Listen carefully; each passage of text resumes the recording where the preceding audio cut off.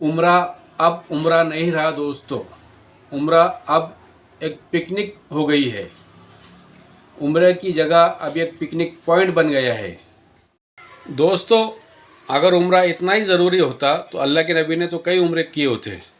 लेकिन मुझे ऐसा लगता है कि आप लोग नबी से ज़्यादा जानते हैं और आप बहुत ज़्यादा समझदार है। नौज़ुबिल्लाह मिन ज़ालिक, आप अल्लाह के नबी से ज़्यादा समझदार है कि आप उम्रे पे उम्रे किए जा रहे हैं। दोस्तों, इसकी कोई ज़रूरत नहीं है।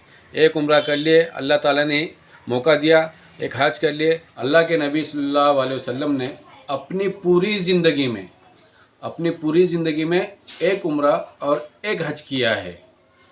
उम्रा सुन्नत है। जैसे हम नमाज की सुन्नतें पढ़ते हैं या कोई और सुन्नत अदा करते हैं, ये अल्लाह के नबी ने जो कहा वो हदीस है और जो किया वो सुन्नत है। तो अल्लाह के नबी ने ज़िंदगी में एक उम्रा किया। आज उम्रा नहीं रहा दोस्तों। आज उम्रा जो है तो एक पिकनिक बन गई है। लोग उम्रे के लिए नहीं जाते, बगले पिकनिक मनाने के लिए जाते हैं। आज देखो, लोग हज करके आ रहे हैं, उम्रा करके आ रहे हैं, लेकिन उनके अंदर सुधार कुछ भी नहीं हो रहा है। जैसे गए थे कोरे, वैसे ही कोरे वापस आ रहे हैं। इसकी क्या वजह है दोस्तों? हज तो एक फ़र्ज़ है। ज़िंदगी में एक हज करना फ़र्ज़ है, वो हर मुसलमान के लिए ज़रूरी है। लेकिन उम्रा कोई ज़रूरी नहीं है। उम्रा करना कोई ज़रूरी नहीं है, बल्कि एक सुन्नत है। एक बार जाकर आ गए, आपकी सुन्नत अदा हो गई। लेकिन ये जो लोग बार बार जाते हैं दिखलावे के लिए कि मैं बहुत मालदार हूँ, मैं उम्रा करके आ रहा हूँ, मैं हर हफ्ते उम्रा जा रहा हूँ, हर महीने उम्रा जा रहा हूँ। अब ये ट्रेंड बन गया है कि किसी को भी देखो मगरिब में बात करते, अभी का है उम्रे को चले गए।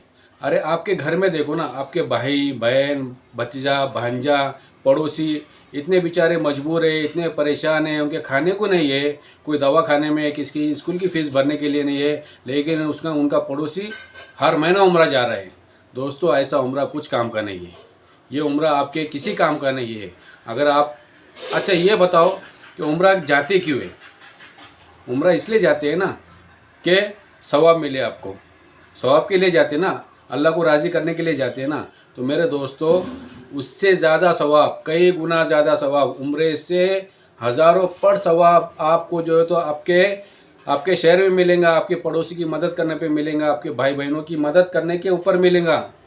अगर आपके भाई बहन अगर बीमार है, कर्ज़े में दबे हुए हैं और आप उनका कर्ज़ा अदा नहीं करते हुए उम्रे के लिए जा रहे हैं, तो आपका उम्रा कुछ काम का नहीं, सिर्फ एक पिकनिक, बस वक्त गुजार के आना है। इसके अलावा कुछ भी नहीं है। आप देखो ना, हमारे कोंडवा में या हमारे शहर में देखो, उठे छूटे उम्रे को जा रहे हैं। अच्छे अच्छे उलमा भी उसके अंदर शामिल है। मेरे दोस्तों, तुम्हारे पड़ोस में तुम्हारे पड़ोसी को खाने के लिए नहीं है, तुम्हारे भाई बहन पे कर्जा चढ़ा हुआ है, वो सूद से पैसे लेकर सूद भर रहे हैं, वो उनके बच्चे की स्कूल की फ़ीस नहीं है, वो दवाखाने में पड़े हैं, आपके रिश्तेदार दवाखाने में पड़े, परेशान हाल है, और आप जो है तो उम्रे के लिए जा रहे हैं, 80,000 90,000 1 लाख रुपए खर्चा करके आ रहे हैं। क्या फ़ायदा उसका? क्या फ़ायदा? क्या आपको लगता है अल्लाह उससे राज़ी होगा? अल्लाह इससे राज़ी होगा अगर आप किसी की मदद कर रहे हैं, आप किसी की परेशानी दूर कर रहे हैं, आप किसी के दवाखाने का बिल भर रहे हैं, किसी बच्चे की स्कूल की फ़ीस भर रहे हैं, या किसी बेटी की शादी करवा के दे रहे, अल्लाह इससे 1000 गुना खुश होगा। उम्रे से, आपके उम्रे से कोई फ़ायदा नहीं है, ना आपकी ज़ात को है ना किसी और को है। लेकिन यहाँ पर अगर आप मदद करेंगे, वही पैसों से मदद करेंगे, तो आपका तो उम्रा भी हो जाएगा, हज़ारों उम्रे के सवाब आपको मिल जाएंगे। लेकिन अभी एक ट्रेंड चल गया है। मैंने मेरे दोस्तों से कहा कि आप उम्रा क्यों जाते हैं बार बार? आप गरीबों की मदद करो। वो कहते हैं कि हमने ठेका लेकर रखा है, हम क्यों मदद करें? मैंने बोला तुम्हारे भाई बहन जो है तो रिश्तेदार परेशान हैं, उनकी मदद करो। वो बोलते हमने ठेका लेकर रखा है। ठेका अल्लाह ने भी आपका नहीं लिया है। अल्लाह ने आज आपको दौलत दी है ना, तो वो सिर्फ आपके लिए नहीं दी है कि आप अल्लाह के लिए भी खर्चा करो, आप अल्लाह की मखलूक पे खर्चा करो। इसके लिए अल्लाह ताला ने आपको मालदार बनाया है। इसलिए मालदार नहीं बनाया है कि आप उठे छोटे उम्रे को जाओ, छोटे उम्रे को जाओ। इसके लिए आपको अल्लाह ने मालदार नहीं बनाया है, बल्कि आपको आपके माल में से हिस्सा देना है गरीबों का। सबसे पहले रिश्तेदार इतने परेशान हैं और आपको उसकी कोई परवाह नहीं है। आज तो एक मालदार आदमी, एक मालदार शख्स ये सोचता है साला मैं रिश्तेदारों की मदद करूंगा तो वो मेरे बराबर आके खड़े हो जाएंगे, वो जो है तो मालदार हो जाएंगे, उनका अच्छा हो जाएगा, क्यों मैं रिश्तेदारों को दूँ? मैं तो अल्लाह के काम के लिए जा रहा हूँ ना। शैतान देखो कैसा गुमराह करता है। शैतान जो है ना, शैतान के पास 1 लाख से ज़्यादा भड़काने के जो औजार है ना, वो नेकियों में से निकलता है, वो दीन में से निकलता है। और ऐसे इंसान को बहकाता है कि क्या कर रहा है तू, जानते वो तो अच्छे हो जाएंगे, उनकी कोई भी मदद कर लेगा, जा तो उम्रा करके आ जा। 1-2 लाख रुपए उधर खर्चा कर डालता है, लेकिन उस उम्रे से उस शख्स को कुछ भी फ़ायदा नहीं है मेरे दोस्तों। तो ये जो उम्रे का ट्रेंड चला हुआ है, जाते उम्रे को आके देखो तो वही डीजे बजाते बैठते हैं। बहुत सारे लोग देखा मैंने, जो उम्रा जाके आए 2-3 दिन के बाद बर्थडे था, डीजे बजाना शुरू कर दिया। तो यह हालात क्यों नहीं बदल रहे, हालात इंसान के उम्मत के क्यों नहीं बदल रहे?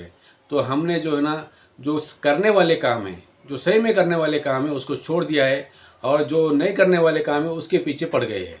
हाँ, ज़िंदगी में एक बार है, उम्र का तो जिक्र भी नहीं। उम्र तो सिर्फ सुन्नत है। अल्लाह के नबी ने ज़िंदगी में एक उम्रा किया। क्यों अल्लाह के नबी हज़ारों उम्रे नहीं कर सकते थे? अल्लाह के नबी हज़ारों हज नहीं कर सकते थे? कर सकते थे, लेकिन उम्मत को बताने के लिए कि ज़िंदगी में एक हज फ़र्ज है। जैसे कि अल्लाह के नबी के बहुत सारी सुन्नतें, उसमें से एक सुन्नत उम्रा है।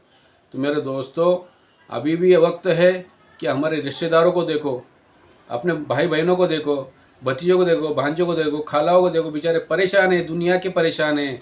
दुनिया के जो है तो सूद में फंसे हुए हैं, कर्ज़ों में फंसे हुए हैं। उनका कर्ज़ा हटाओ, उनकी मदद करो। आज भी मौका है। उम्रे से आपका कोई भला नहीं होने वाला। आप सोच रहे होंगे मैं उम्रा को चला जाऊंगा तो अल्लाह मेरे ये गुनाह माफ़ कर देगा, मेरा ये काम हो जाएगा। दोस्तों, उससे ज़्यादा बेहतर है कि तुम रिश्तेदारों की मदद करो। वो आपको दुआएं देंगे, और उस दुआ की वजह से आप जन्नती भी बनेंगे, और आपकी परेशानी भी दूर होंगी, और आपकी जो भी परेशानियां हैं, जो भी आपको टेंशन है, इंशाअल्लाह अल्लाह ताला उसको दूर करेगा। लेकिन बशर्ते ये है कि उसमें भी इखलास हो, दिखलावा ना हो।